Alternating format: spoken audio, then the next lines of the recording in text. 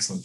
Again, welcome to the David Ramsey Map Center online. My name is Salim Mohammed. I am head and curator of the center. This is our last event for the academic year. Before I go ahead and introduce Anton, I'm going to just some quick housekeeping. After I introduce Anton will speak for about 35, 40 minutes, something like that. And then we will do Q&A. Anton has said that he would stay for as long as the questions keep coming. He is coming in live from Melbourne, Australia. It's in the morning there. So thank you, Anton, for waking up extra early and making this all happen. So this is great. Just make sure to put your Q&A in the questions in your Q&A box as opposed to the chat box. It's difficult to monitor both, and so chat is great. If there are links you want to share to others or say hello to people, that sounds all good. But for the Q&A, please make sure to use the Q&A box, and I will moderate that once Anton's done with his talk. So, just a little bit about Anton. Anton Thomas has presented on his North America map at the center physically. He's come and we've had a grand time looking at the details of his work and being able to do that on those big screens. We're very fortunate to have him back.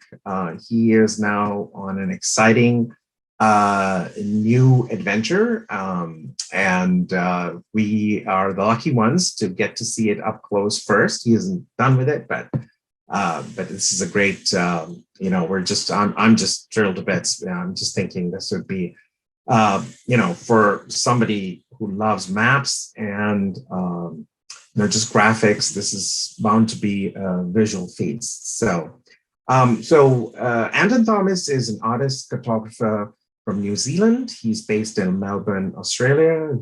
That's him right there, coming in from his studio. He draws illustrated maps with color pencil and pen, and has been drawing them since childhood. He focuses primarily on large maps, which show the world in heavy detail. His works include North America, Portrait of a Continent, a map that took almost 5 years to complete. He just had a few other things he was doing on the side. His new piece, Wild World, is a physical world map about nature. So without further ado, Anton Thomas, live from Melbourne with Wild World. Well, thank you so much, Salim. It is great to be here, and I'll just pull up the PowerPoint and make sure we're all happening. Very good. Share screen. Okay, that should be up there. Yes. Now, I should just let you know that I live next to a train line. So if you hear honkings and things like that, that's what that is. And beaming to you all the way from Melbourne means there could be some, hopefully not too much of a lag or any technical issues, but we'll just go ahead there. Is the audio sounding good? Sounds great. Okay, excellent. So today I'm going to be discussing a map that I started last year, which is my own version of a physical world map. No countries, no cities, just a focus on Earth's natural geography and its incredible wildlife. So it's called Wild World. Now, I started it after finishing my last map, North America, Portrait of a Continent, which took almost 5 years to complete. So I was hoping to draw something a little more easygoing after all that. And I am. I mean, everything is easygoing compared to that map. But Wild World has still proven to be a pretty enormous undertaking. I guess I love epic maps. What can I say? So I've spent 7 full-time months on it so far, and there's still a way to go. I've drawn the Americas, Europe, Africa, and almost all of Asia. There are already over 400 animals across the map and counting, and the amount of research involved in choosing them is massive. Every continent is sort of a project in its own right. So we're going to take a world tour through each of them, and as we do, really dive into what this map is about and how it's made. And at the end, there'll be questions, so I look forward to that. But first, just a quick bit of backstory, so everyone's got some context to how I began drawing this.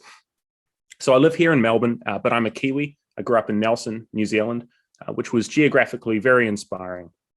It's a beautiful place. And I've been obsessed with maps since I was a little kid. Here's a bird map of New Zealand I made when I was very little, which it kind of fits the theme of Wild World, actually. Maps helped me understand this beautiful country that I called home. And I did like fantasy fiction, Lord of the Rings, all of that. But I always found the real world to be far more captivating. I liked maps that showed that. So fast forward all the way to age 21 when I left home and started traveling, starting in Northern California, actually, not far from Stanford. And I spent 2 years crisscrossing North America, and this childhood love of maps was reignited. And fresh out of New Zealand, the vastness of American geography, the scale of the US and Canada, it changed everything for me. I started drawing maps all the time as I moved around. And one of these was a map of North America on a refrigerator in Montreal. It's called North America on Fridge. And strange as it is, this became the draft for the big North America map. Although it was a really terrible canvas. I don't do fridges anymore yet. A couple of years later, I moved here to Melbourne, and I was trying to figure out what to do with my life. I had a hunger to keep mapping, and I wanted to draw North America right, not on a fridge, on paper, and colorful rather than black and white. So I cut a big square of paper and began drawing North America Portrait of a Continent. This little part of the Pacific Northwest, this is just a snippet. There is this level of detail from Central America to the Arctic. Now, I thought it might take 6 months. But as the map progressed, so did my skills. The detail increased. I started using a magnifying lamp, like the one behind me here. The research became more in-depth and the project ballooned. I even redrew a bunch of it. But finally, in the end, in early 2019, it was finished, which was almost 5 years later. Now, I should just say, I had a day job back then, so do keep in mind this was done in my spare time, in nights, weekends, holidays. There was a lot of sacrifice to make it happen. And it took over everything in my life, but I loved it. I loved every minute drawing it. I felt lost in it, in another world, and it gave me purpose at a point that I needed it. So yeah, I still can't believe I managed to finish it. Even the cartouche, which is the map's decorative emblem, took 150 hours alone. Now, I've discussed this map in depth many times, so we're not exploring it today. Today is for Wild World. But happy to ask any questions about it later. Now, onwards, it was another odyssey altogether to figure out the business of printing and distributing this map. But once that was launched and all running well, I had finally reached the point, after years of relentless work, that North America Portrait of a Continent was complete and released, and I could look ahead. So I knew exactly what time it was. It was time to start a new map. I mean, that's what this was all about, after all. I love it. I can't seem to get enough. So on to Wild World. Now, I've had something like this in mind for years. In some ways, the precursor is a map that I drew at age 15, Wild Coastlines. And here the animals themselves create the Earth's coastlines through the negative space that they leave. I actually really want to revisit this idea. I do like it. And it was inspired in part by the Dorling-Kindersley Animal Atlas, which I was really obsessed with. The illustrations by Kenneth Lilly are just gorgeous. And through the Atlas format, it feels like you're really taking a trip around the world, which is certainly what I'd like to evoke through my map as well. And then much more recently, the world maps by Tom Patterson really caught my eye, in particular, the Equal Earth physical map. It's just stunning. I love the simplicity, the balance, the elegance of the labeling. So obviously it dismisses all country borders and just allows physical geography to be the focus. So I started to imagine my own physical world map with all range of vegetation, mountains, landscapes, and of course, wildlife. I wanted an animal map that could simultaneously be a good reference map for world geography, which is usually what we want from a world map. And given that animals are so good at evoking place, you know, the tiger in India, the kangaroo in Australia, I would have powerful subject matter from which to evoke that sense of place from every region. I like to really bake the illustrations into the geography so that everything flows together. That snow leopard in the Altai, it is walking through the mountains. It's not stamped on top. Make the map and art one. And make sure the geography is sound, because then when the art pulls you in, like a Trojan horse, inside is a geography lesson. So as with any world map, you have to choose a projection. So I emailed Tom Patterson, who he knows obviously a lot about projections, and we had a look at some options. Now, my first thought was to use Equal Earth, which was created by Tom along with Bernie Yenny and Boyan Soric in 2018. And it's a really, really good equal area projection, meaning simply that all regions are the correct size relative to each other, just as they are in real life. This is a contrast with, say, Mercator, the notorious Mercator, once a common wall map. It enlarges the poles so much that Greenland is the size of Africa, which is crazy. So having all the land the correct relative size might seem like an essential goal of a world map, but it's not that simple. I mean, equal area projections cause a lot of warping of the shapes of land masses. There are trade-offs. And there have been some terrible equal areas in the past, like the Gall Peters, which somehow manages to mangle the shape of every single continent. It's like the world has been hung up on a clothesline. So scale matters, but so does shape. And if you want an equal area world map, I would say forget Peters or anything, try Equal Earth. You can download it for free at the link at the bottom left. It's available as both political and physical in many languages, and they're absolutely beautiful. Now, that said, it wasn't quite the projection for me. We actually went with Natural Earth, which holds the shapes of the land masses even better. So this is not an equal area projection. There is some exaggeration in the high latitudes, but not too much. That little extra space just gives the polar regions some room to breathe. And I love this projection. It's working great. And I'm super grateful to Tom for his generous help and time in setting it up. And of course, for making such beautiful maps. So thank you, Tom. Now, how do you take this and make a hand-drawn map? Well, using the Natural Earth dataset, Tom sent me a file in this projection. And in Photoshop, I got it ready for tracing. So I pump up the contrast. I went over all the rivers, making them nice and bold. Then I decided the size of the map, which is about 1 meter wide and 0.5 meter tall, which is much smaller than the last map, I should say. Then I printed the file here out at that size and actually stapled it to the back of my drawing paper. Then got the light pad being a tracing tool, which shines light and makes the paper transparent. I traced everything, coastlines, rivers, topographies. There I had an accurate skeleton of the map. And now I could draw. And of course, the great thing is I can just slip the light pad behind at any time and keep tracing. So anyway, it was time to start drawing.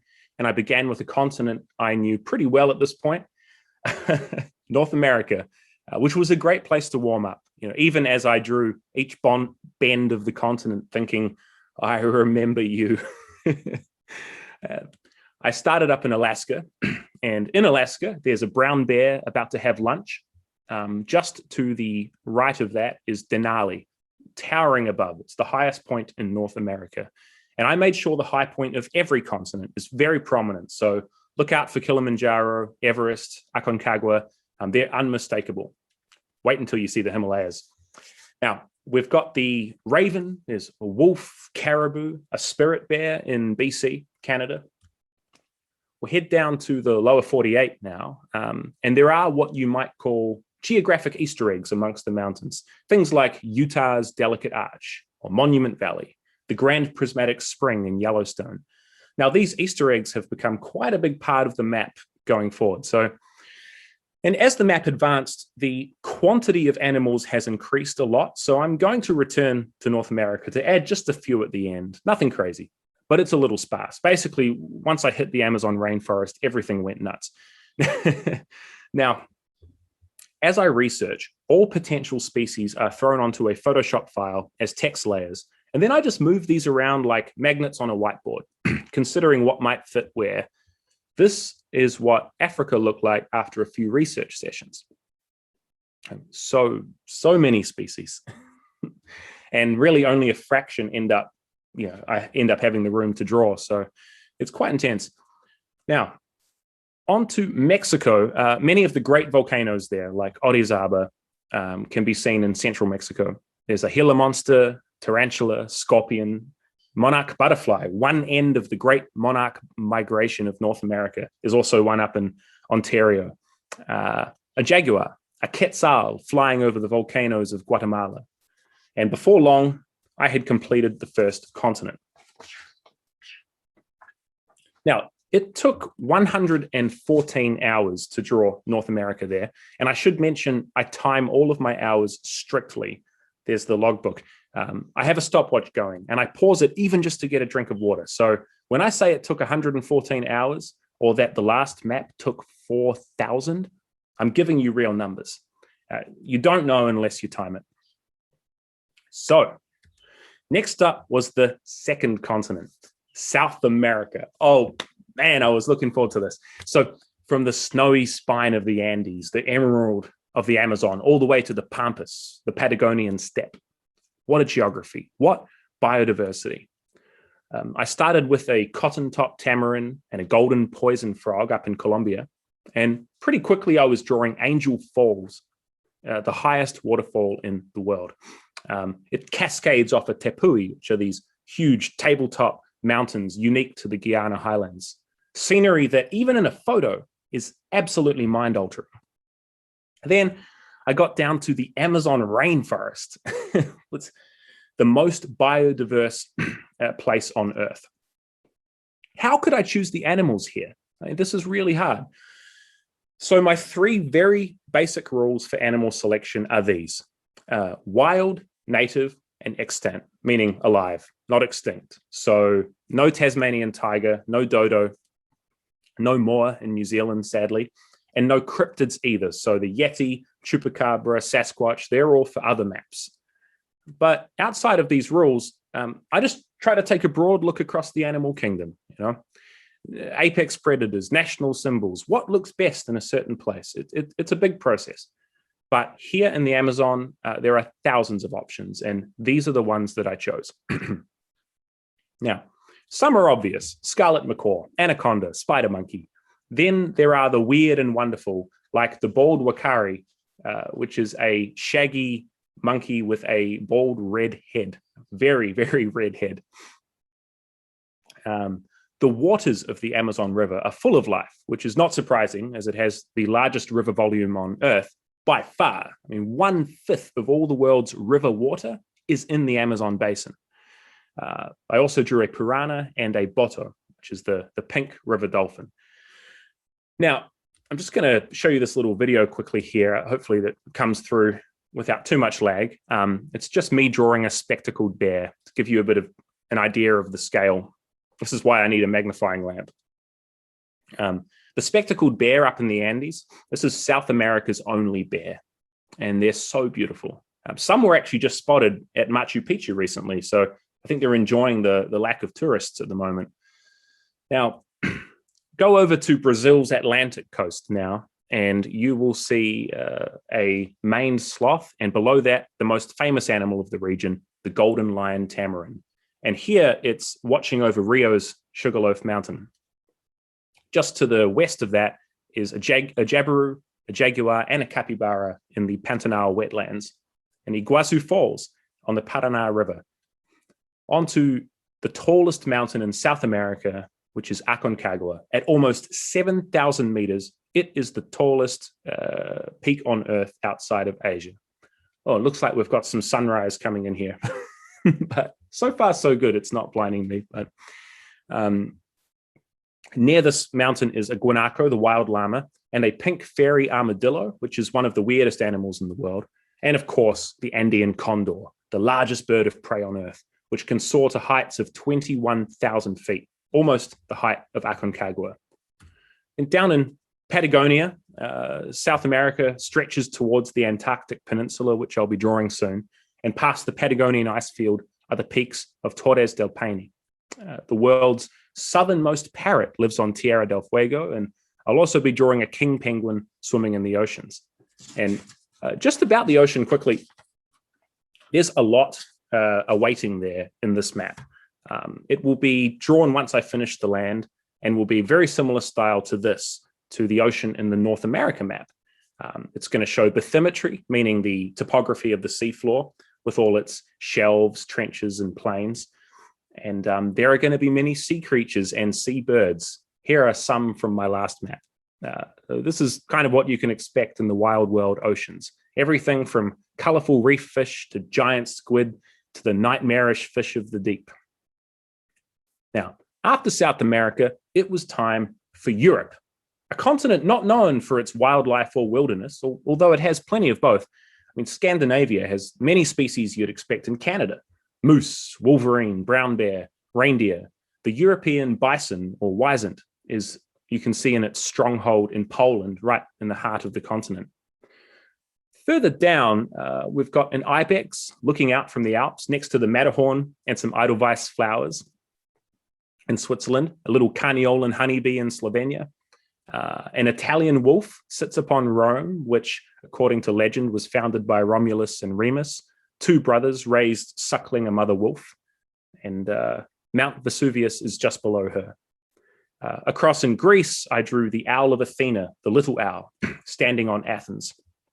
So culture is a consideration with animal selection. There are many good reasons that animals are used as symbols. A kiwi in New Zealand, the panda in China, the bald eagle in the States. I mean, these are all amazing choices. They're great animals, and they tend to come to symbolize places strongly. I mean, the US would feel a bit different if the raccoon was the national animal. I mean, but too much adherence to cultural symbols could run against the non-anthropocentric themes of the map. But then so does every geographic label on the map. I mean, Pyrenees, Great Britain, that whole layer is us. This Iberian lynx does not know or care that it's from a place we call Iberia. Now, this question really came up in France and Spain about culture. And so in France, the rooster is one of its most famous symbols, while in Spain, a bull is iconic. So this is how I drew it originally before going back and changing.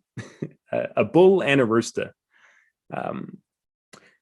I really wish to capture a sense of place, a regional identity everywhere that I draw. So I broke the no domesticated animal rule.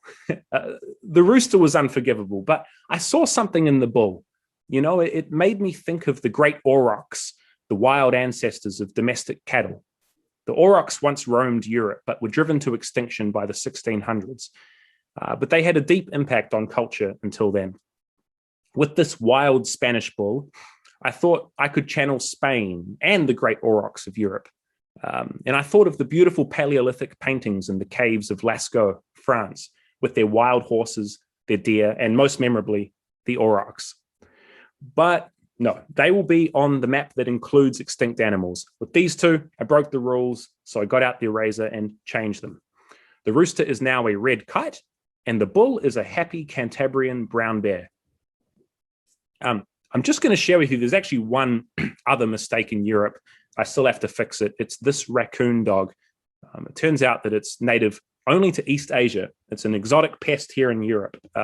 The only such mistake I've made like this so far, I think. But if you have an idea for an animal to replace this raccoon dog, please let me know. Now, next up, was a continent that I had been anticipating from the very beginning, Africa.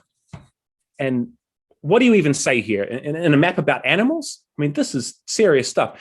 I spent weeks just getting through the Sahara, the world's largest hot desert. It stretches thousands of kilometers from the Mediterranean to the Sahel. And the Sahara is otherworldly. I mean, sand seas known as ergs stretch to infinity. Between them, mountain ranges like the Tibesti and the Ayer are oases of wildlife. Saharan animals include the desert crocodile, Saharan cheetah, the fennec fox, sand cats, scorpion, oryx, the silver ant, the fastest ant in the world. Go on to the Ethiopian highlands now, home to the Ethiopian wolf and the very unique gelada, the bleeding heart monkey, a relative of the baboon. The Great Rift Valley can be seen there, and the mountains are just spectacular. They include Ras Dashen, the highest point in Ethiopia, which is just behind the gelada's head.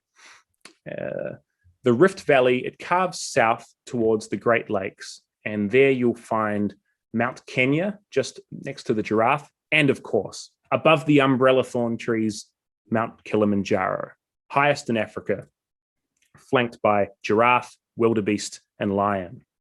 The silverback mountain gorilla there is standing over the Virunga volcanoes. This little slice of the world here has some of the most important habitats on Earth, by far. I'll go to the Congo rainforest. It's the second largest in the world after the Amazon. And unlike the Amazon, it has some very large animals, including the forest elephant. It's also home of the mandrill, bonobo, and gorilla. And also, in my personal opinion, the most beautiful pig species in the world, the red river hog, which is just below the mandrill. I'll just show you how the drawing goes on this mandrill, actually. Basically, once you've got your reference photo, sketch the mandrill, bring the base screen up to it, and then base color the mandrill. You start to see its colorful face there. Once the base colors are in, I outline everything, and finally, you just detail it until it looks right. Then go and do that for 500 more animals. That's the process. Some take 20 minutes, some can take over an hour. Now, on to Southern Africa, where all sorts of amazing animals can be seen. And coming from New Zealand, whose existing native fauna are mostly small birds, drawing Africa was pretty eye-opening. There are just so many incredible species there. These are the tip of the iceberg, the essentials in some ways. Beside the Okavango Delta up there is the Victoria Falls, one of the largest, most impressive waterfalls on Earth.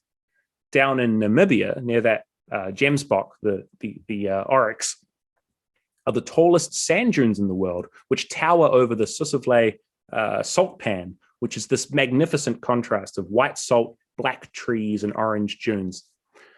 South Africa's mountains are gorgeous, from Table Mountain over by Cape Town, past Compassberg, all the way to the Blyde River Canyon near that rhino up there. There's a cheetah, a springbok, and a blue crane, which is national bird of South Africa and has great significance to the Xhosa and Zulu people. So Africa was a massive undertaking, and I finished it at the end of April. And then it was time to start the big one, the continent that dwarfs all others, Asia. As of today, it's almost finished. So that's been like 2 months or so. You can see what remains down in the southeast there. Southeast Asia, including Indonesia and the Philippines. That's all that's left. And then I'll be headed home to Australia and New Zealand. Very excited. So I knew Asia would be the greatest challenge of this map, not just its size, but its diversity. All of the world's highest mountains crisscross through the middle. It spans from the Arabian desert to Siberia to the jungles of Borneo. And the animals are incredible. So I began with Turkey, which includes the thermal pools of Pamukkale and the fairy chimneys in Cappadocia, Mount Ararat, a fallow deer, and the Syrian brown bear, one of many bears on the map, down through Arabia, where you can see a striped hyena, the Hamadryas baboon in Yemen, the only baboon outside of Africa in the world, the oryx in Oman. Over in Iran, it is home to the last populations of Asiatic cheetah, which I did not know there was an Asiatic cheetah. Pakistan has one of my favorite animals on the map. It's that markhor, which is a curly-horned goat just below the Hindu Kush. Into Central Asia, we have a Caspian cobra, sand cat, Caspian seal, a Marco Polo sheep in the Pamirs. I accidentally drew the tortoise and the hare together. That was not on purpose. And that's just by the Aral Sea, which you can see it's dried up lake bed. This was once one of the largest lakes in the world, but Soviet irrigation projects diverted its water and left an ecological ruin. Beyond the Great Eurasian Steppe, we get to Siberia, and working through the expanse of Siberia was long. I haven't drawn that many pine trees in a while. There's a big brown bear with some Godzilla energy, Altai wapiti, Eurasian lynx, and an Arctic grayling. We've got Lake Baikal, the deepest lake in the world, and home to the only true freshwater seal, the Baikal seal. To the far east now, we've got a raccoon dog. This one's actually good. It's staying. And a Siberian tiger, of course, and the very rare Amur leopard. Japan has the Blakiston's fish owl, the largest owl on Earth and sacred to the indigenous Ainu of Hokkaido, and a Japanese macaque, of course. I couldn't fit the monkey in a hot pool, unfortunately, but I like that its sitting pose and it matches the curve of Honshu. And under that is Mount Fuji with the pink cherry blossoms drifting out to sea. In Korea, there's a goshawk and a Korean magpie, the national birds of North and South Korea. Now, I love that this map has no borders, that the world can be viewed flowing as one, as it does when you look at it from high above. You know, a landmass appears as one, not carved up and color-coded. Now, political maps are essential, and there are many that are better than this. But their dominance as the preferred world map and globe has really influenced the way people imagine the world. That is, by its nation states rather than by its nature. This is a very different perspective. I mean, after all, borders are human inventions. Animals do not know what they are, even if they might be greatly impacted by them. So in this map, the peninsula is unified, but I wanted to still hint at the divide with these two very different birds. So let's have a quick look at the mountains of Asia, for it is here. Here is where you will find the highest mountains on Earth, which include more than just the Himalaya. I mean, K2, second highest in the world, is there in the Karakoram. The Hindu Kush, Pamirs, Kunlun, and the Tian Shan all have peaks that exceed 7,000 meters, 23,000 feet. That's all taller than Aconcagua in South America. So this has been quite an experience. I mean, drawing animals amongst this kind of geography is not easy. The snow leopard looking out from Ladakh, a wild yak, Tibetan antelope, Bactrian camel. Now, looking at the Himalayas there, it's noteworthy to say every single peak is a significant Himalayan mountain. Often you generalize a bit, right? You know, not every mountain you draw is a named peak from a photo. There's a bit of stock mountains that go in, but not in the Himalayas. No way. I mean, Machu Picchu, Nanda Devi, Dholagiri, and of course, Everest, towering above all as Earth's highest mountain. India has an incredible wealth of wildlife. We've got the gharial, the long-snouted crocodilian, sacred to the Ganges, a Bengal tiger, Indian rhino, peacock, cobra, sloth bear, elephant, Sri Lankan jungle fowl down in Sri Lanka, wild ancestor of the chicken. The very last of the Asiatic lions are found in Gujarat, India. And now, they once roamed all the way to Greece, but not anymore.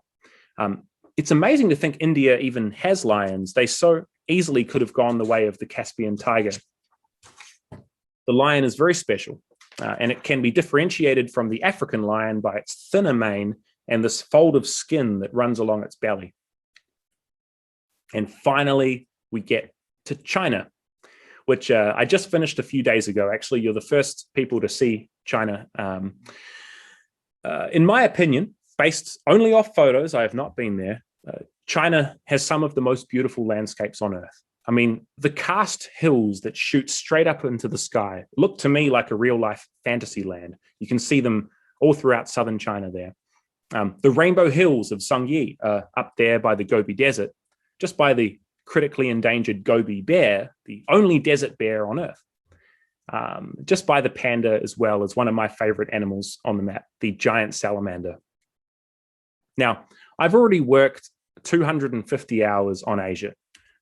And with China looking as it does, I'm very excited for Southeast Asia with orangutans and sun bears, then to birds of paradise in New Guinea.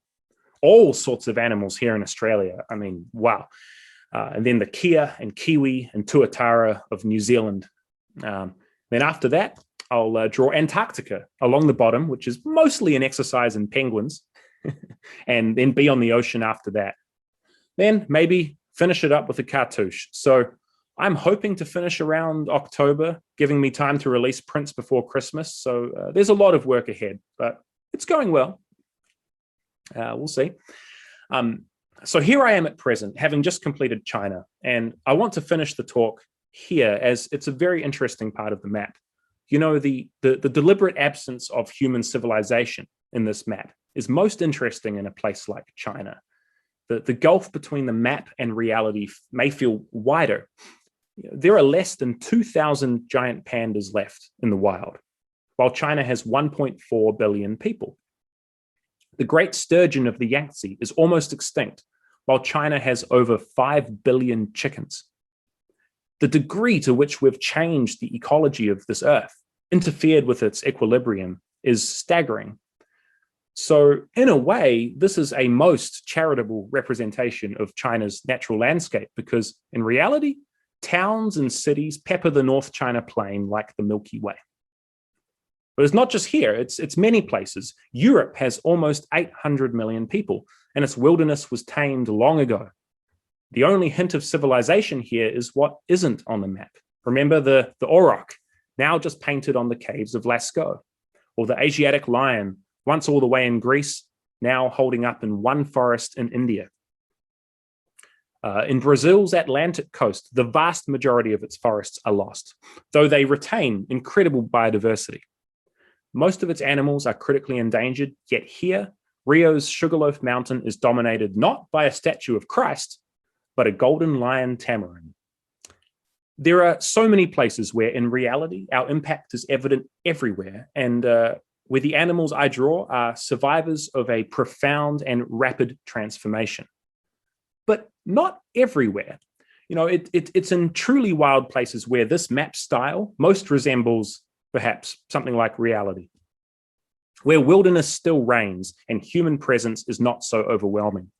Places like the Amazon rainforest, so massive that despite the destruction, despite the pressure it's under, there remains a swath of jungle 2/3 the size of Australia. Wild places like Siberia, the Sahara Desert, the Arctic, the Antarctic, but also smaller features, mountain ranges, deserts. Even in the heart of Europe, the Alps and Carpathians are strongholds of a wild world. Places like these feel more in tune with reality when you draw them in this style. But even so, our impact is present. The Anthropocene is knocking. You know, I might not be drawing cities on the map, but the dried up bed of the Aral Sea is there. I didn't draw the Amazon burning, but I drew its current extent. So the southern edge is very fragmented, especially in Rondônia, Brazil. Some of the animals I've drawn are shockingly rare. I mean, many could be lost within our lifetimes. Here, the Saharan cheetah, desert crocodile, African wild dog, all on the brink. The stunning scimitar oryx, it went extinct in the wild in the year 2000. It was reintroduced successfully though, so here it is. It's a glimpse of hope. Still, some animals on this map may soon be no more real than the aurochs in Lascaux. And maybe that's what this map is about anyway. It's a timestamp of this era of what remains of a wild world. It does present the world in an idealized way. You know, if a planet of human-free wilderness is your ideal, I mean, it probably isn't unless you're an antinatalist of some sort. But I'm sure we'd all like it to feel a little more like this sometimes. And so I've wondered about this idealism, this presentation of the world as such a wild cornucopia, which it is, but it also isn't. anymore. It's also shocking what we've done to nature. So outside of educating about animals and geography, what is this map about? What does it show? Well, it's not only for me to determine. I'm just drawing it and seeing what happens. It's for you to consider too. But I think in order to protect something, you have to care about it. And in order to care about it, you have to see it. So in some ways, I think the idealistic nature of this map is the point. Well, thank you, everybody. That is the talk there. I should just say, actually, that you can, there's my details here. You can check out all kinds of works about this. Prints are available of my last map on my website, and of course, Wild World once it's released. So thank you so much. Anton, that's fantastic. I'm just thrilled to be able to be among the first to see your new work that is still in progress. Why don't there are tons of questions, so why don't you go ahead and unshare your screen so they can see all of you? Yes. And yes, and then we'll get started with the questions. Excellent. That was just absolutely fantastic. Anton, we're very fortunate to have you do this presentation, and for all of us who are going to see. I should let everyone know we are recording the talk, so it'll be there in the future. And also we send out links and things like that with the email. And so we'll make sure to get Anton's contact information and Instagram and all of that, how to order his maps and that sort of thing. So on to the questions. I think, sorry. Oh, there's a few questions here. Yeah. Yes, just a few. So I think some of these are answered already. There's a couple of questions about marine life. This is Alessandro Seni, and I think this was early in the map where you hadn't actually gotten there, but Alessandro's asking, are you planning to add marine life notions into Wild World, which you have been doing? Yeah, no, I did mention that. Absolutely, there's going to be a lot. The quantity of animals won't be as much as on the land, but yeah, there'll be a lot of marine life. Yeah, excellent.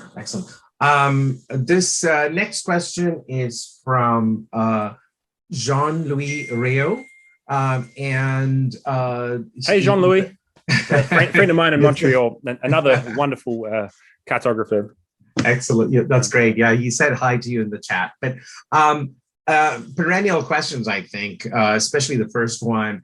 How do you make corrections on the handmade original, which you've talked about it in the past as well.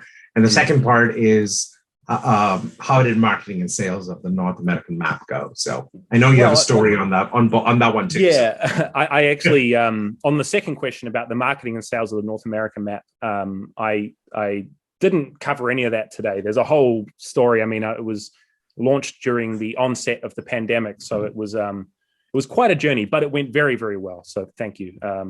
Sorry, I didn't cover that today. Now, as for corrections on a handmade original, well, there's always a period before you print where it goes through Photoshop. So anything I can, if an animal's a little bit small or something, I can make it a bit bigger. If I make a mistake with ink, with pen, which I use for labeling, that's a problem. So I scratch it off with a knife. I've only had to do that once on Wild World, although in the last map it was extensive. But the best thing to do is not to make mistakes. It's usually best. Very good. This is a question I think that'll come up again. This is from Susan de Klerk. Can I purchase a copy of the map? Yeah, well, my website, you can sign up to be notified about when the prints are ready at antonthomasart.com, the Wild World section. So they're not ready yet, but they will be, and you certainly can then. You can purchase the North American map now, though. That is available in store. And I see she also asked about the editing process of the map. Yeah, she asked about the editing process. What is the editing process of the map? Well, One example, yeah. Well, if it's something in pencil, which most of the map is, I can just rub it out. In fact, right here is my electric eraser, which I don't know if you can see it. You can hear it. This here will erase through anything in pencil. So that's how I did the bull and the rooster. But when it's time to do labels in pen, that's when you've got to be very careful. Great, thank you. Next question is, you mentioned you'd be adding to North America. How about adding a sea otter to North? Yes. Yeah, I'm looking forward to going back and adding a few in North America. Sea otter is a great idea. I was thinking an elephant seal down in Big Sur as well. I've gotten a lot better at researching wildlife with this map, so there's who knows what will come up, but North America will get a good look. Yeah, sea otter is good suggestion. The next question is from Anne Hefferman.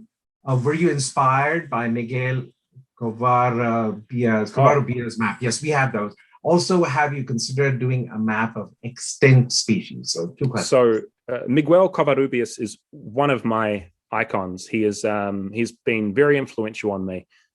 This is for people who don't know, he's was a Mexican painter cartographer from the sort of first half of the 20th century, who did many absolutely beautiful maps. My favorite of his native Mexico. See, throughout all of the pictorial maps through the ages, there's not a massive amount of them that I really actually like and connect with in a great deal. His, to me, is artistic. They're almost at a fine art level of quality. Same with, say, Heinrich Baran, rather than a sort of cartoony style. And I love that. I love the earnestness of the work. It's still playful, it's still whimsical, but he's taking the places very, very seriously. So Covarrubias was a genius, and not all of his work is dated so well, but it was the 1930s, I think, where he was doing most of it. So, and a map of extinct species, hell yeah. Especially actually coming from New Zealand, where most of our species are extinct, sadly. I've been thinking about that as a warm-up to do a sort of pre-human pictorial map of New Zealand, and that'll be great. But yeah, extinct would be awesome. All right. I just want to quickly mention that I put a link to Miguel Covarrubias maps that we have at davidramsey.com. It's in the chat box. We'll make sure to add it to the links that we send along with the video. So that's just something to look forward to. Okay, next question is from John Holding, and he asks, what was the most surprising thing that you learned researching and creating this amazing map? Well, it's very hard to narrow that down. I mean, there are so many candidates, so I would just have to say a surprising thing. Well, perhaps the monkeys in the Amazon rainforest surprised me, because many of them I never knew such incredible species existed. They're so weird and wonderful. The bald wakari that's Uakari. This monkey is just out of this world. The Saki monkeys in Guyana, they don't even look like monkeys. They're like a cross between some kind of a possum and a monkey, but they're primates. And also, I think some of the really beautiful places, which I haven't been, like I said, the karst landscapes of China, or the tepuis in Guyana, or the mountains in the Sahara Desert. There were some places that even in photos, I really just felt so grateful to even exist in a world that has such beauty. But there are many candidates for that. What is your day job? I know what it is now, but yeah. Oh, it's this. It's been very healthily this since I released the North America map about 1.5 years ago. Before that, it was a long, slow grind to bring to reality. But yeah, this is what I do. It's why I'm able to do the hundreds and hundreds of hours on Wild World. Next question is from Melinda Clark, and I'm going to add my own, sort of question to piggyback on this. She says, fantastic presentation, Anton. Love your work. Will you be writing a book to accompany the map to share these stories of each animal? Yeah, so I think it's a fascinating question. I'm also kind of interested, particularly not so much a story, which would be great, sort of an accompanying text, but just as we expose this map to the younger crowd and to be able to, the K through 12 people, for example, and have some sort of a key on what these animals are. Not everybody's going to know. No, I certainly don't. Absolutely. It's actually something I should have mentioned. In terms of a book and all of that I would love to make that happen in the future. But in the immediate term, when I release the map, I want to just provide a supplement which labels all of the species. So you imagine pretty much just a small printout of the full piece, and every single piece is named. I might laminate them and just slip them in with every poster, every print, just so then at least you've got all the species laid out. That would be very helpful. But to actually label the artwork itself really kind of ruins the artwork. So it's something as a supplement, not to put directly on the main product. But yeah, at the very least, the animal species will be named in a supplement when the prints are released. Yeah, I wonder, Anton, if having an overlay that goes right on top of it. I've imagined that actually like a transparency. You could just, that'd be really cool. I'll certainly look into that, because I could also list some of the major mountain peaks too, which I label mountain ranges, but I don't tend to label the peaks. So that would be helpful as well. Very good. Karen Pinto, it's good to see you again. She is a very interesting question. She says, camels are domesticated, both single and double hump. Doesn't that result in the problem with France's rooster and Spain's bull? Yes. And for more detail on the history, she gives you a reference, Richard Bulliet's Camel and the Wheel. I was wondering if anybody would pick that up. So the double hump, they are wild. There are still wild Bactrian camels in the Gobi Desert. They're very rare, but they're purely wild Bactrian camels. So double hump, no problem. Yeah, the single hump, the dromedary, which I drew in West Africa. You're right. This is technically breaking the rules. Now, there are plenty of feral wild dromedary camels throughout North Africa and the Middle East, but they all have got domestic ancestors. Supposedly the last wild dromedaries died out about 2,000 years ago. So it was just so hard to go past Sahara and not draw a dromedary camel. I think there's a better reason for it than the bull or the rooster, but you are correct that one animal, not the double hump, but the dromedary, does technically break the rules. So we'll see if the camel lasts to my scrutiny. I don't know. Robert asks a question that you've already answered. Index to identify the animals on the map. There will be, yes. Yeah. Michelle Tobias asks, can you talk about the drawing materials and tools you use? Well, actually, they're all right here, just pushed off on the side of my desk. I do everything in color pencil. I really like the Faber-Castell Polychromos. They're lovely. And all the labels are in ink. So one of the most important tools I use are these. These are called tortillons or paper stumps. What they do is they smooth out color pencil. So, when you apply color pencil to paper and all the grain of the paper sort of shows up, smudging it out with that is how we get the real good color coverage. But it's obviously all stuff I've learned myself over years of trial and error. So I probably have a very unique style of drawing. I mean, even the way that I sharpen pencils is pretty unusual. Obviously hit it with a knife, but it's over there. But I use a block of sandpaper to sharpen the tips to get them really, really fine. So it's a very specific process, but it works for me. It works very well. Yeah. This is definitely a cartographic, geeky question here. Nathan Knoll asks, has your type and labeling strategy or treatment changed since the North American map? Yes. Well, for one thing, of course, not having cities or states or countries to label is really handy. So I was able to focus more on physical labeling. But yeah, one thing about the North America portrait map is that I didn't label any mountain ranges, which I have some regret about that, because I think it's important to know, Rockies, Ozarks, Appalachia, etc. So I really focused on that heavily. And when I draw something, I ink in all the labels before I do any drawing, because then you can erase over the top, the ink stays there and the label is locked in. So mountain labeling has been important. I mean, the labeling, I know it is a bit of a sort of cartograph geek thing, but it's a very important part of this map. And it was Tom Patterson's labeling of his Equal Earth map and other pieces that really, really inspired me, because there's a simplicity to it.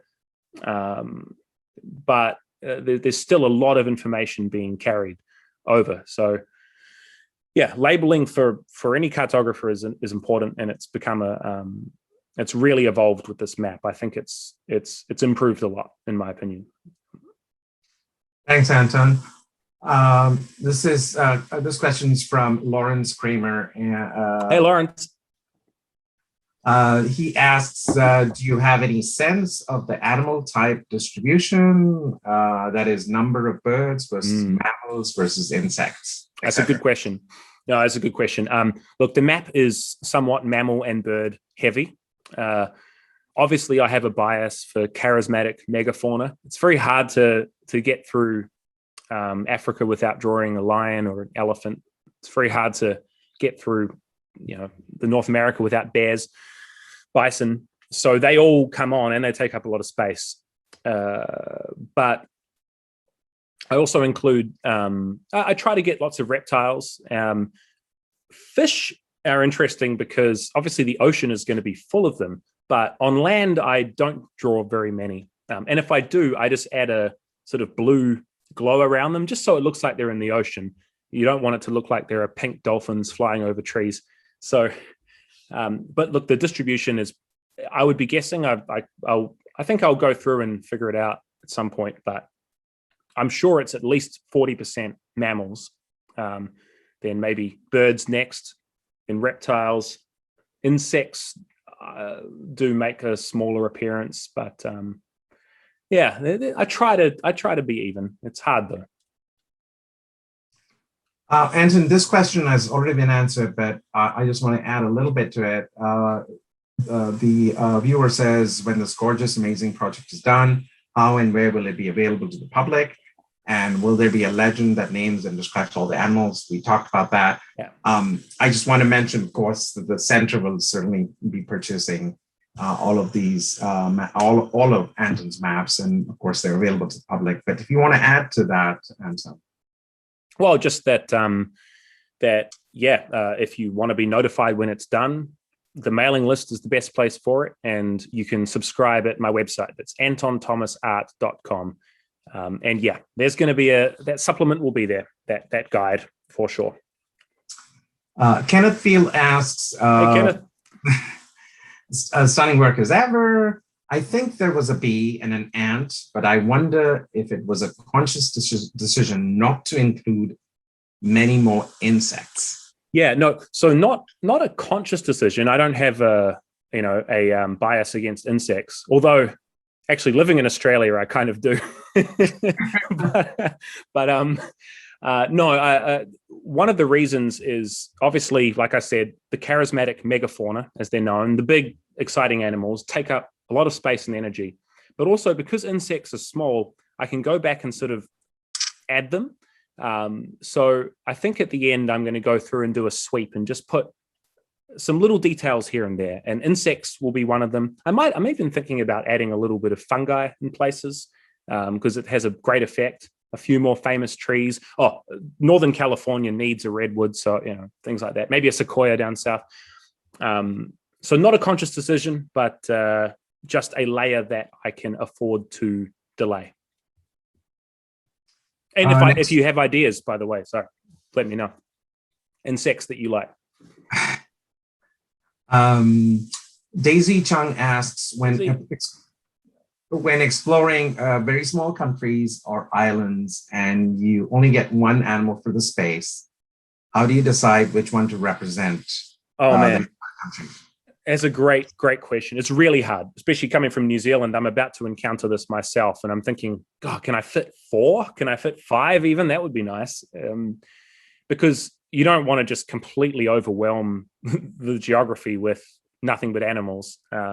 So in the case of Taiwan, for example, there were 3 birds that I had to choose one from, all which were considered iconic symbols of Taiwan.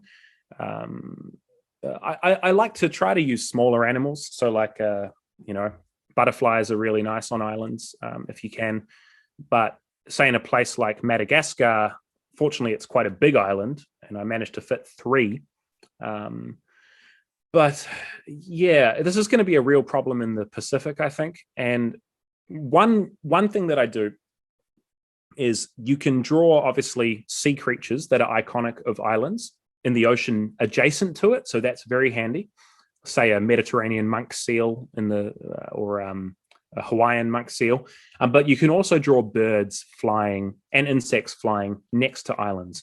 Mammals and reptiles, you're stuck fitting them on the land. And I don't know how I'm going to fit a tortoise in the Galapagos. I might instead draw the iguana swimming next to it. So use the space around it if possible, is what I do.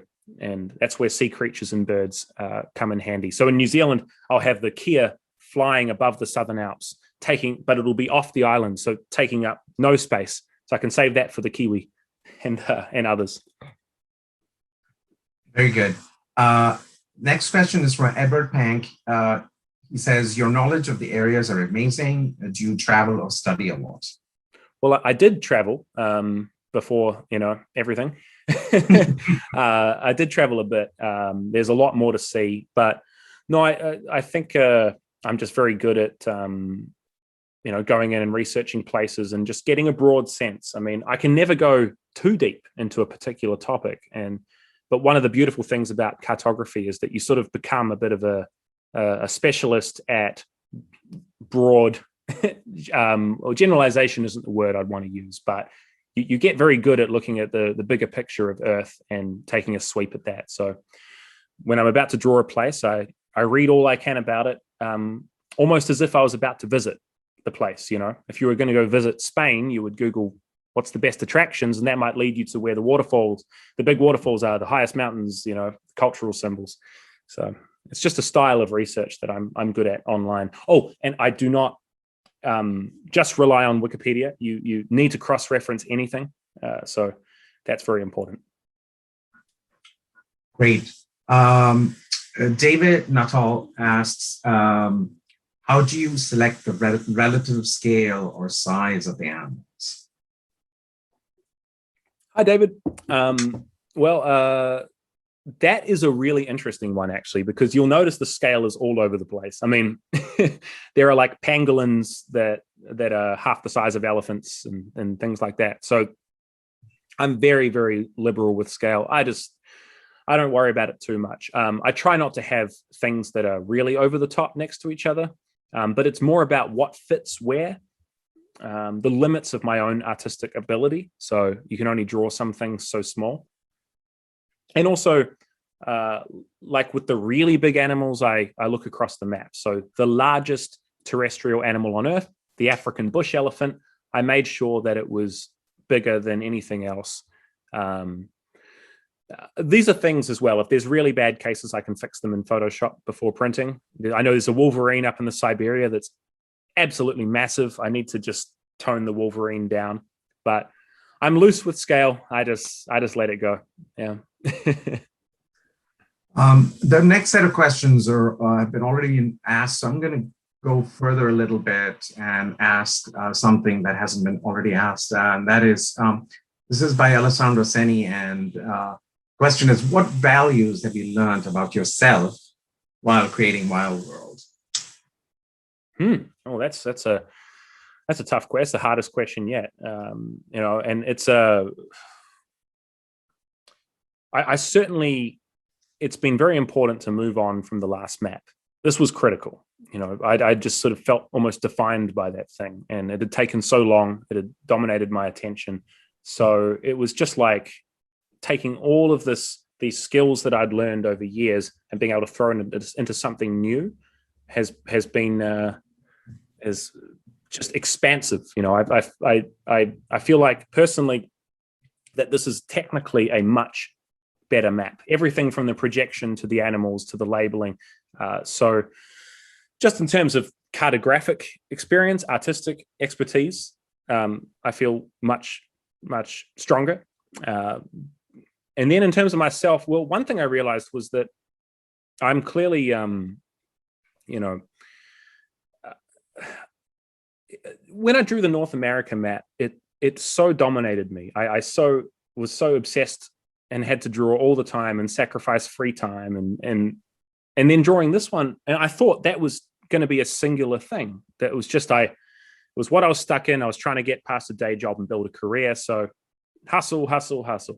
But then I had the free time. I had the space, the ability to do. I could have just gone on holiday, or, relaxed for a year. But all I wanted to do was keep drawing. So I think I realized that there's something about this that drives me that's deeper than a need to have a career that I enjoy, to something that I get enormous amounts of value from. I mean, I would do this for free, gladly. This is like the most fun. When I work on this map, it's more fun to me than Disneyland. Like, this is like just the most enjoyable thing I can think of. So I don't know if I'm really answering this question, actually, because that's hard. But yeah, it's been really nice to move on and explore. This question is from Shannon Langley, and she asks, do you sketch directly on the main map, or do you use a separate sketchbook to test out shapes and colors of the various animals? It's a very specific question. I like it. I sketch directly on the main map. Usually it takes a few goes to get it right, but yeah, it's all in pencil, so there's no risk really. And I try not to press too hard with I've got a pencil I use that just for sketching outlines that's really light, so it doesn't indent the paper in case I don't like the shape. But yeah, it all just happens on the paper. A technical question: how long will it take to remove the errant hyena dog and replace it with another? They'll be meaning the raccoon dog in Europe. Not too long. I think the bull and the bear, the bull and the rooster replaced by the bear and the kite are, they took me, I don't know, an hour and a half to erase and replace both. You kind of have to, work with, because like with the bull, I used some black pencil. That can be quite hard to get off. So I had to use that in where the bear was shaped. But I kind of like the surgery of fixing things sometimes. That doesn't take too long. Sort of related, but I think you've answered this already.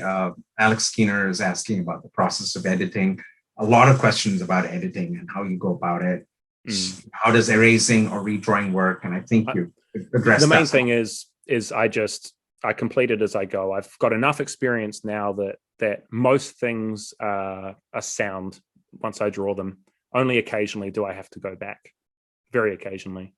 Although I saw David just asked above that an interesting question about language considerations for the labels.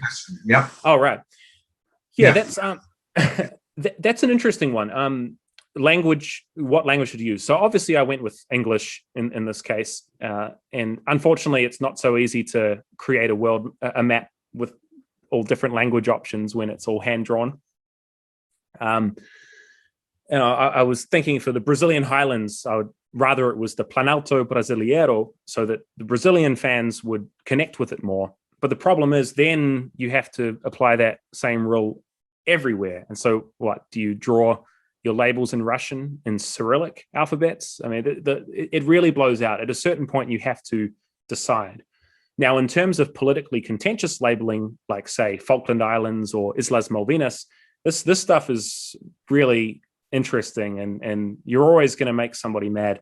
And I think because all my labels are hand-drawn, people put a lot more scrutiny on the label decisions than they would on standard maps, because that's sort of seen for people as sort of just a data set that, in my case, I'm making these very conscious decisions to ink in the word Falkland or what have you.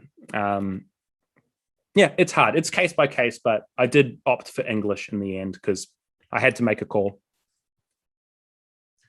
Very good. Next question is from Michael Camo.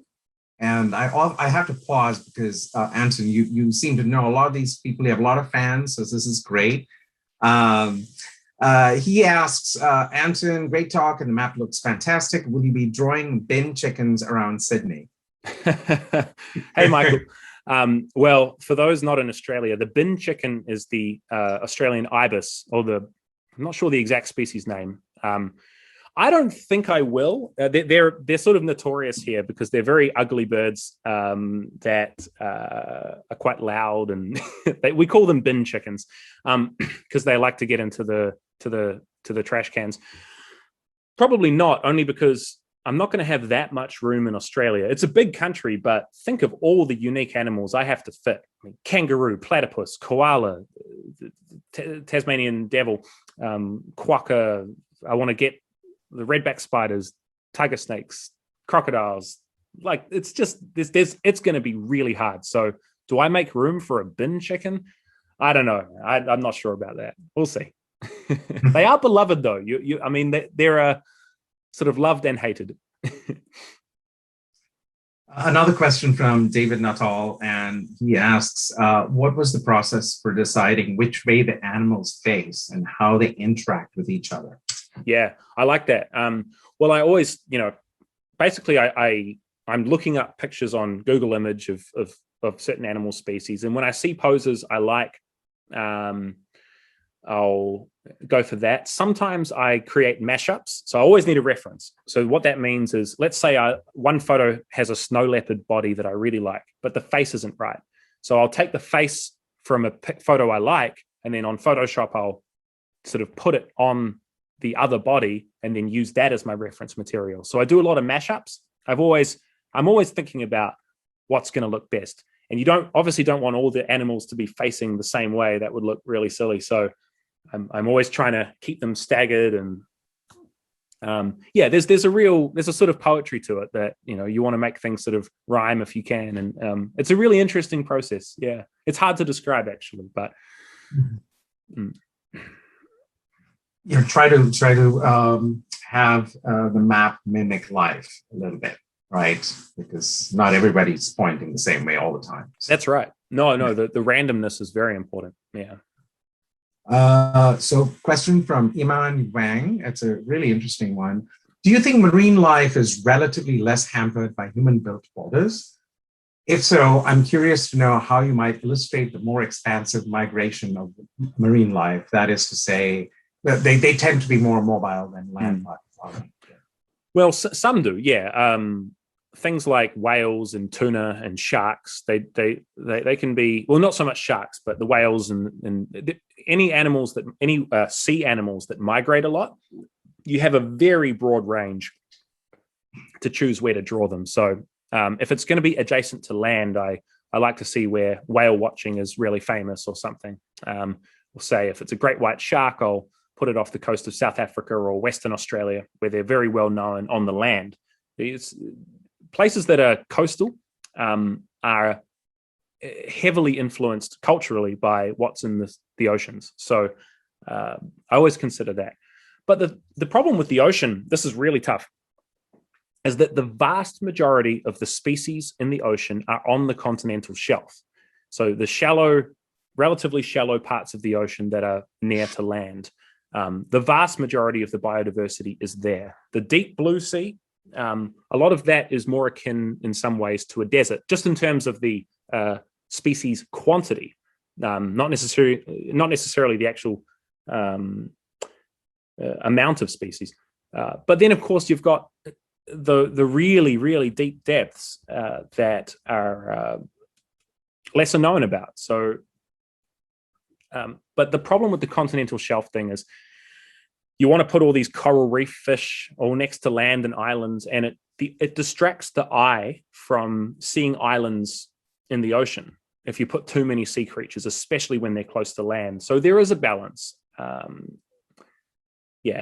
that issue of the continental shelf having all the species is it's hard to get around at this scale. Yeah. Kuhu Gupta asks, do you plan to explore the flora of the world?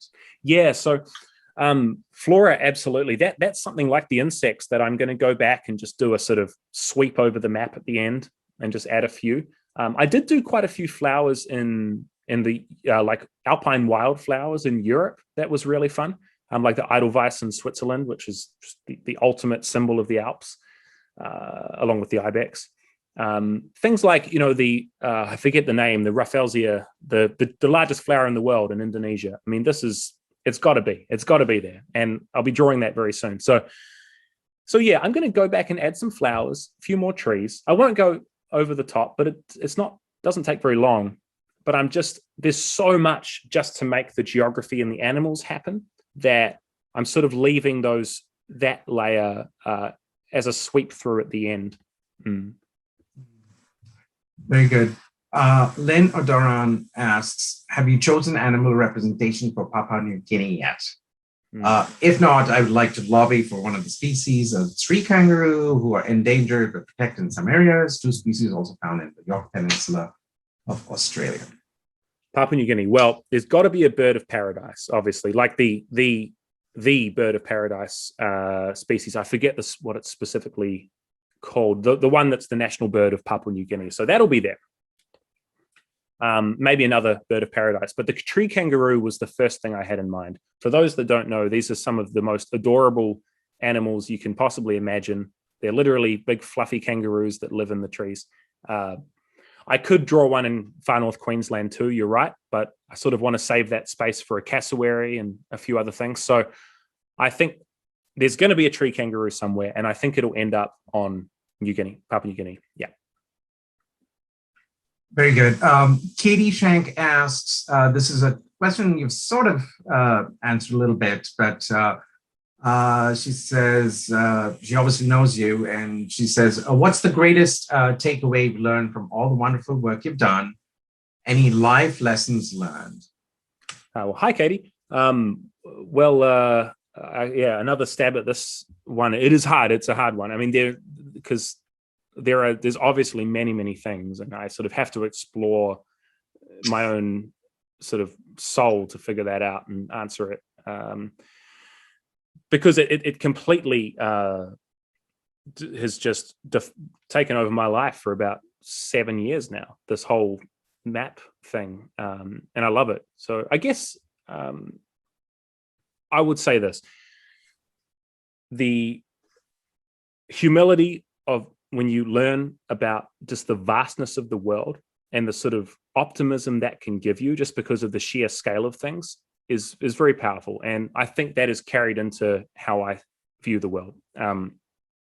Because like, it's very easy, especially in this modern age and with the pandemic, to feel like the world is very small. That sort of everything's happening on Twitter or just in this sort of cyber, the confines of our houses and our local communities and not the wider world. But when I go over this map and I actually get a sense of the scale of a continent, just a little bit, not as much as when you travel, but as that to be my regular, job, just to be constantly reminded how enormous and complex the world is, that is very, very good for having a broader perspective of your size in the scheme of things, and how many wonders there are to out there. Lynn Ripley asks, I don't understand the selection of wildlife. How much, how big, why some are not included? And I think you answered some of this already, but if you want to. I mean, it's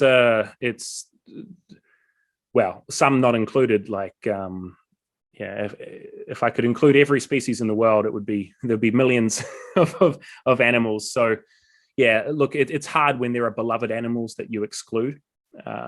But as I said through the talk, there are cultural layers. There's their importance in a food chain. So apex predators make it on. Often it's just might be how they appear, like a color contrast. It's really nice to throw a bluebird in here, etc. I mean, it's a very organic process. There were only 3 major rules, as I said. So yeah, But at this scale, even this is a pretty expansive map, right? There's still, it's only a fraction of what I'm even reading about actually can fit, because I'm still got to show the underlying geography. Otherwise, the whole thing would just be a big cluster of animals. And what I like is that it's all set on this geography.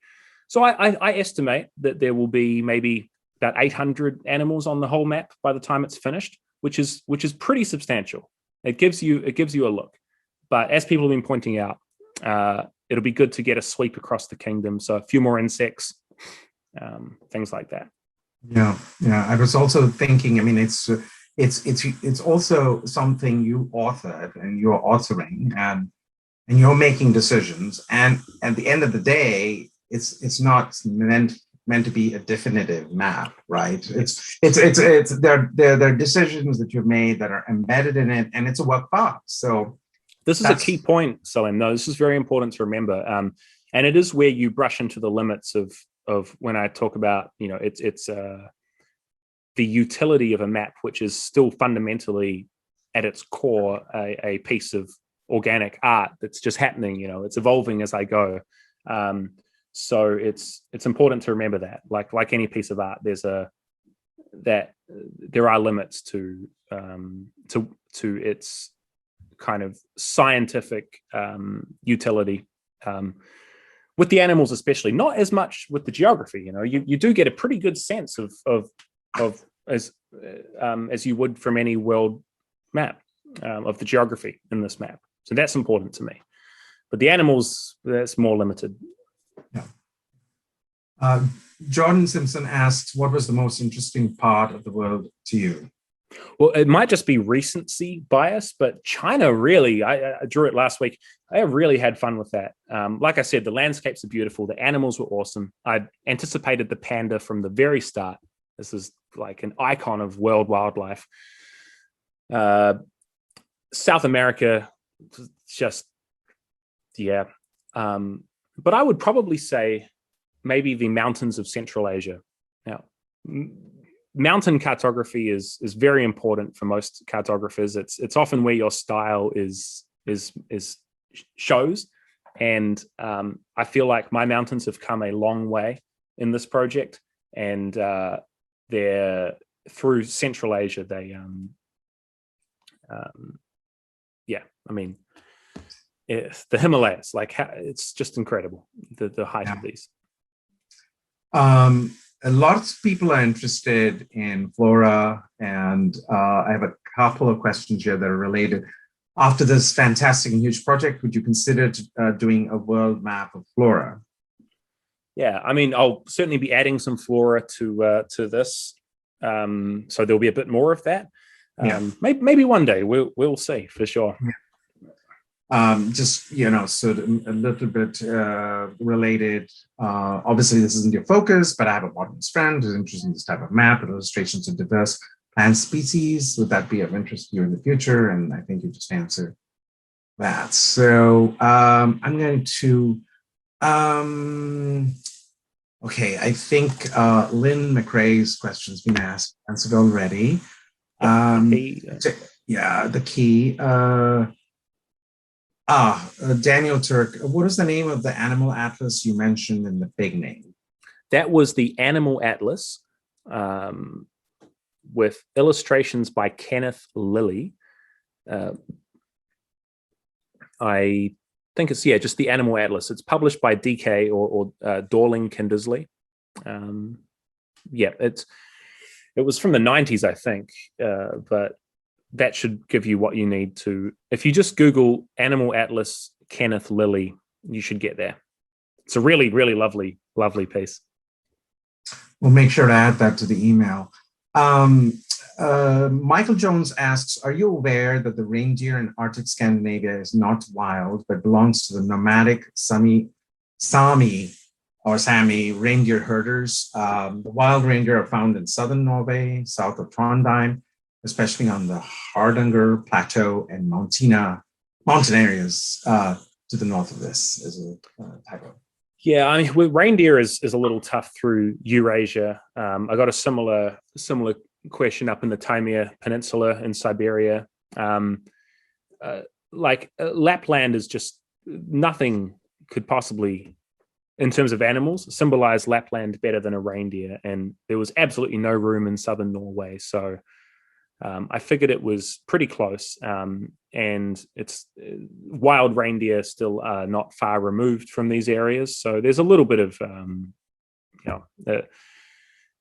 but it's tough to get it exactly on. Especially southern Norway, man, you need to save that space for mountains and fjords and all sorts. Right.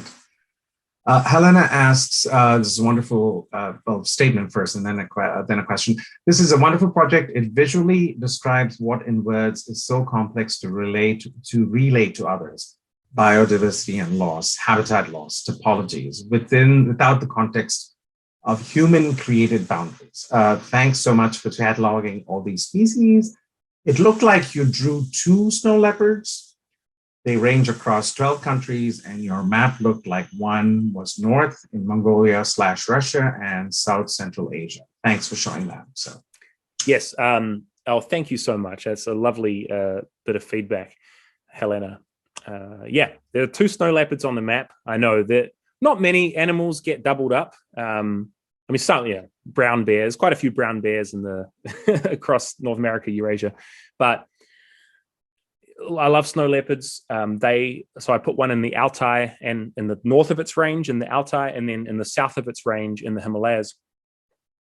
I knew I wanted one in the Altai because they're just so sort of iconic. And I wanted one down in Ladakh, India.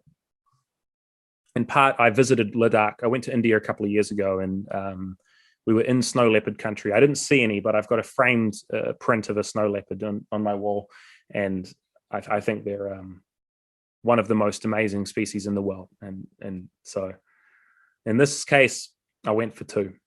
Couldn't help it. Jack Bendel asks, amazing presentation, Anton. How else do you anticipate technology in influencing the future of the map? Hey, Jack. Anticipate technology in influencing the future of the map. Well, better tools are always helpful. And I've experimented a bit with digital art and photoshopping and stuff. I still, at this point, prefer hand-drawn, but any way that I can kind of speed the process up, whether it's through the research or in this case, using a light pad with the stapled base map has been really good. And also just knowing, because I'm very proficient at Photoshop now, that the pre-press edits before I go to press is I can really do whatever I need to do. So that's very, very handy, just knowing that there's this sort of Photoshop part of a process that I can fix anything. I mean, in the North America map, I did some crazy stuff. I scratched off pen at like a shocking degree with a knife when I redrew whole sections of it. These days, I'll just do a lot of this on Photoshop if I really felt that those changes were required. So it's very hard in this day and age to be an artist and not have some digital proficiency, especially if you're selling prints. So that will be a big impact. Whether or not I go digital at any point, that's less certain, because there's something about using the pencils that leads to better work for me, not for everybody. Karen Pinto asks, this is a very, very interesting question. Terrific dedication shines through. My only sadness is why is not always on top. You're from New Zealand, living in Australia. Why reinforce northern cartographic domination? I will buy your map when south is on top. And later maps consider east on top and west on top. We reinforce too often the standard atlas approach to continents. I also suggest a map with the ocean as the central focus. Have you seen those? Mind-blowing with continents as frame, whole other way of viewing the world. Yeah, I mean, well, and I wouldn't do east or west on top. You're right that you can interchange between north and south very easily, but east and west are a little different. I mean, that's there is still an equator. That's a very real measure. That's not just arbitrary like the Greenwich Meridian or what have you.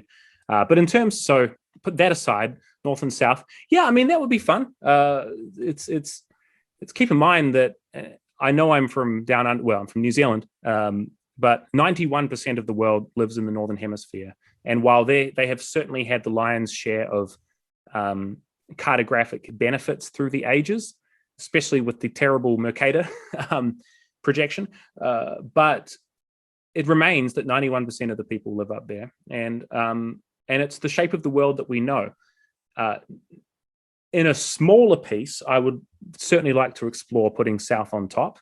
But in a piece that I'm going to spend a year on, like this, especially when I haven't done this kind of style before, if you do that, right, if you put your map, if you swap your map, make south at the top, north at the bottom, that particular quirk becomes the focus of the map because it's so unusual. Now, that isn't to say that we shouldn't, throw out conventions and experiment, but that's not something I was keen to do at this point in time. I think we all, I like the shape of the world as it is. My issue is not so much north being on top or south being at the bottom. My issue is bad projections, things like Peters and Mercator, which distort the world. So I'm more interested in getting the right projections. I also this map is centered on 11 degrees east, not on the prime meridian, because when you do that, then everything's much better balanced. I mean, 0 degrees, the prime meridian is a real pain. It cuts off this slice of eastern Siberia and throws it over to the western edge, which is really silly. It should be the Oslo meridian, not the Greenwich meridian. Anyway, those are the kind of things I'm interested in. When you putting south on top is a really big move, and I like the question, but that not at this point. I'm going to combine a couple of questions here. There are still lots to answer. One is where did you learn your artistic technique? And then related to that, I would say, how many cartographers these days still commit to this kind of hand drawing artistry? Thank you. There are a few. I mean, people in this kind of space are all doing very unique projects. But yeah, I mean, I'll be honest, I'm hesitant to do shout outs right now because I'm going to miss people, so I'm just going to say that there is, I don't want to miss anybody. So, but there is some work going on, but no, the vast majority of cartography is digital, is on computers these days. But there's some of the most beautiful maps ever being made at this point, thanks to those tools. So, but those amazing tools, the GIS, the Photoshop, the internet, being able to research from home, all of those help hand-drawn creators, traditional creators like me as well. So I'm part of the wave as well of technology, even if I might be doing it old school. Sandra Chen asks, what do you do with the large originals? Are they framed and displayed somewhere? Do they go to a library? Well, obviously it takes me a while to draw one map, so there aren't that many originals, fortunately. The North America map, the original North America map I had an archivist here in Melbourne, really, really good archivist, roll it up in Mylar, and it's all stored in this special box and sort of I don't know what to do with it yet. It wasn't really good to frame. It was very much a working piece. So it's an amazing original, but it's 5 years of sort of manual work. It's sort of faded in places, and it's best to view in a controlled environment, not something to frame up. As for the wild world, though, I really do want this original framed. It's far less of a janky kind of working product. It really could be a standalone thing, and it's smaller. So, that behind like a museum UV glass is a possibility. Yeah. The original of this one will be more suited to display.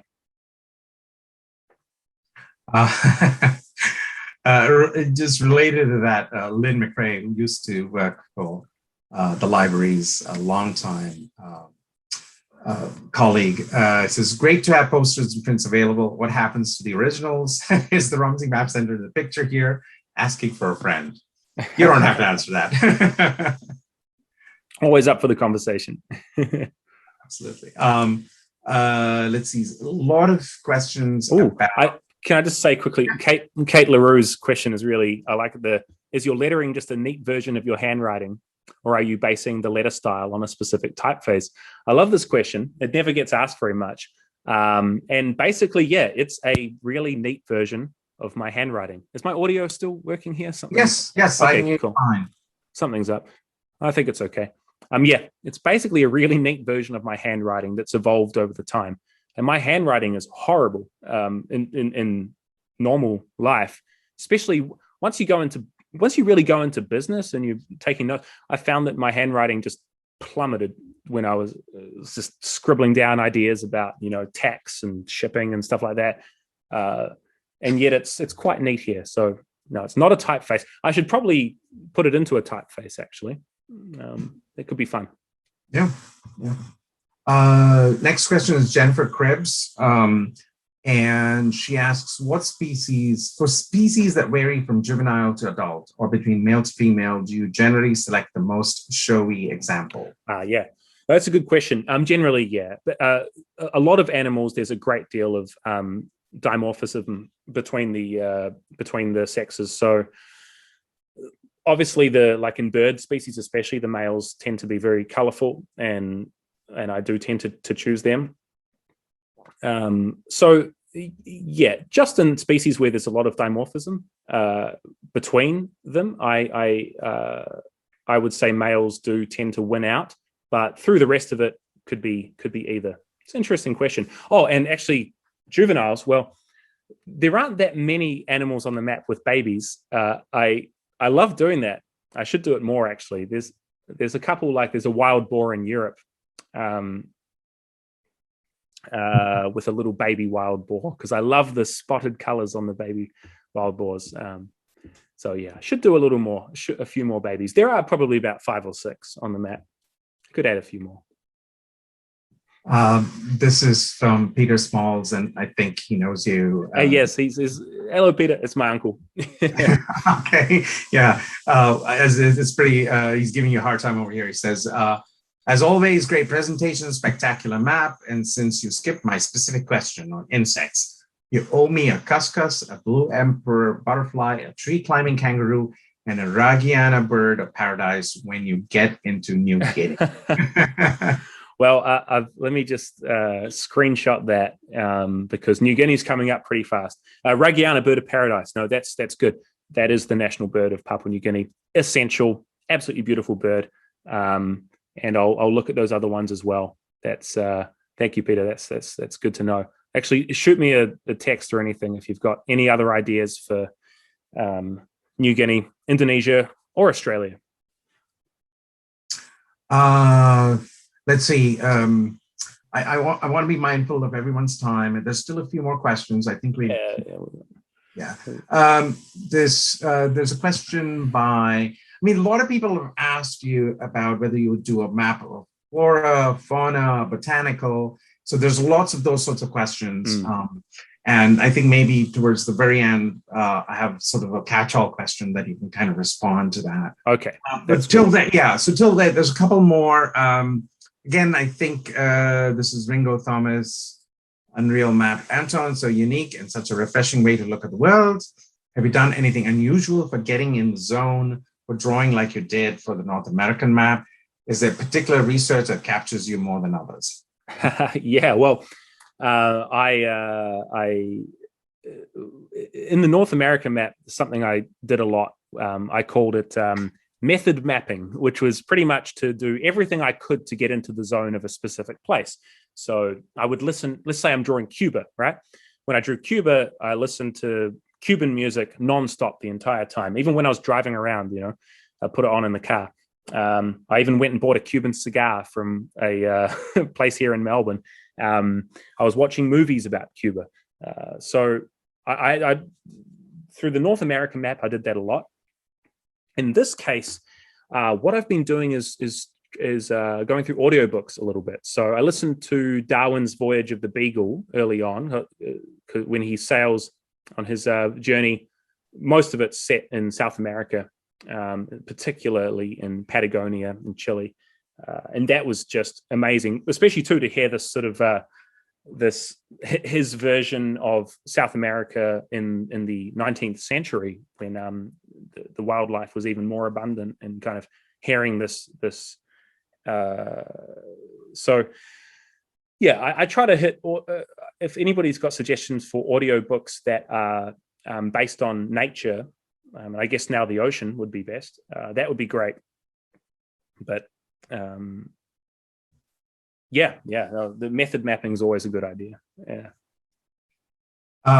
What technique do you think has improved the most over the course of your mapping? This is WW. So Wild World, yeah. Well, okay.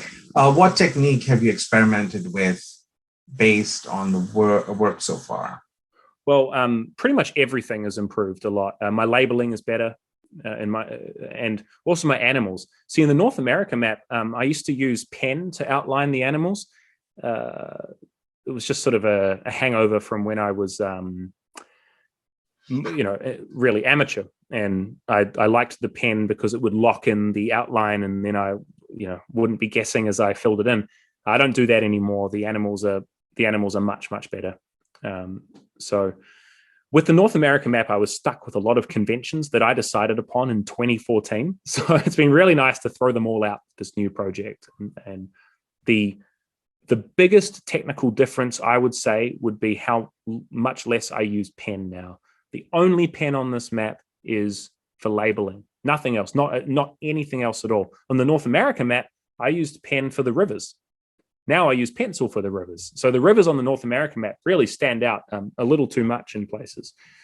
So that's been good.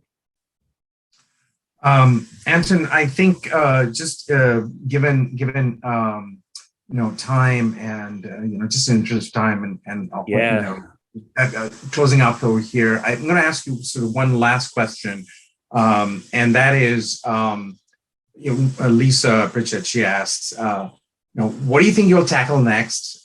Is kind of the big question. I know you aren't done with Wild World, but kind of work that in, and if you could kind of respond to all the people here who've asked about what about a map of extinct species, that sort of thing, and what about flora? What about fauna? If you could, kind of bring that in together, that would be great. Absolutely, yeah. Well, and just thank you to everyone for asking questions. I'm sorry if we didn't get to it, but there's been a lot, and hopefully we've still covered a lot of the bases. But that is a great question. So that'll be 2022. What happens then for mapping? Well, I'll tell you one thing. When I started Wild World, I thought it would be a smaller piece, just like every other map I've ever drawn. And I'm pleasantly surprised. Look, I love, this is good. You'll see it when you have your prints. This is a very expansive, detailed map. You will never know all the detail, just like with the North American map. But one continent taking 120 hours, 200 hours, this is the length of time a lot of people will spend on a standalone piece of art, if not quite a lot longer. What I want to do is a smaller series of some sort, just anything that will be smaller, that I can just not be mired. Because when I get into a giant map like this, it takes over my life. Like, I am back in that North America portrait of a continent, just life derangement where social life is hard, and it's really difficult to balance anything, and because I just have to draw all the time. So what I was considering was Wild World style, but just of my neighborhood. So Wild World, it might be Wild World Oceania, Wild World Australasia, something like that. Wild Oceania, Wild Australasia, because there are going to be some limits to what I can draw in Australia and New Zealand on this map. So I want to take this idea and just blow that up a bit, and just do something local that only takes a couple of months. But then that idea could be expanded into other continents too. I've got all sorts of ideas going on, but that's currently something I'm thinking about, is Wild Australia or Wild New Zealand. Yeah. That's fantastic. Anton, again, many thanks to you for an absolutely exhilarating, fantastic talk. I continue to admire your work, and obviously you have many people who do the same. I look forward to the print and what's coming down the pike, and hope to see you again at the center physically as we move away from the craziness of the last 16 months or so. So with that, I think we will close. I want to let people know just a couple of things. We will not have a talk in July and August. We will then classes start here in the fall. We most likely will not have an event in September because we'll be preparing for the Barry Lawrence Rubin Conference on Cartography, which is a 3-day event happening in the third week of October. It's on indigenous cartography. We've got about 30 people coming and speaking, and it's going to be completely online, completely free. It's available on our website. It's in our newsletter. So I think just in terms of talks, we probably will have the next talk either as a satellite event with one of the speakers of the indigenous cartography, on indigenous cartography, or in November. So just wanted to mention that. The other thing I wanted to say, the talk has been recorded. We do a little bit of editing, get rid of the white noise in some pieces over there. It takes about a week or two to pull out all together. We take any links that Anton wants to add, things that we've seen here in the chat, and that will be also added to the talk. I mean, to the email along with the video. So expect the video to come to everybody who is registered for this talk, and of course, it'll be on our YouTube channel as well as on our website. So, with that, Anton, thank you very much.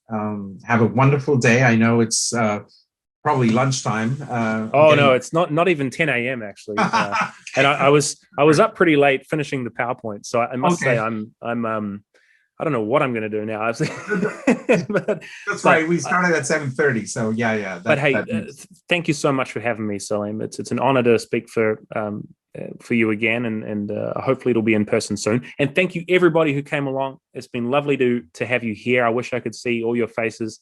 And I really hope you enjoyed that. That was great questions. It was a pleasure to share this map with you for the first time. And as said, if you're interested in prints, AntonThomasArt.com.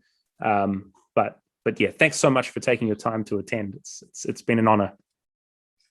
Thank you again, Anton. Thank you everybody for attending. We'll look forward to talks in the next year, and between now and then, have a great summer. Thank you, everybody. Take care.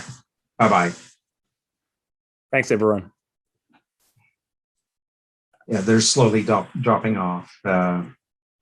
We've got about 60, 57 going down. Yeah, you had about a couple hundred people.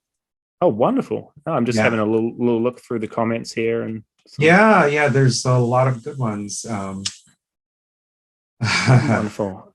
Yeah. It's been so great to have everyone here. Yeah, it's great. People are, Thanks, Karen. I might even, actually, what I might do is I might draw. I just had about 5 days off to prep the talk, so may as well.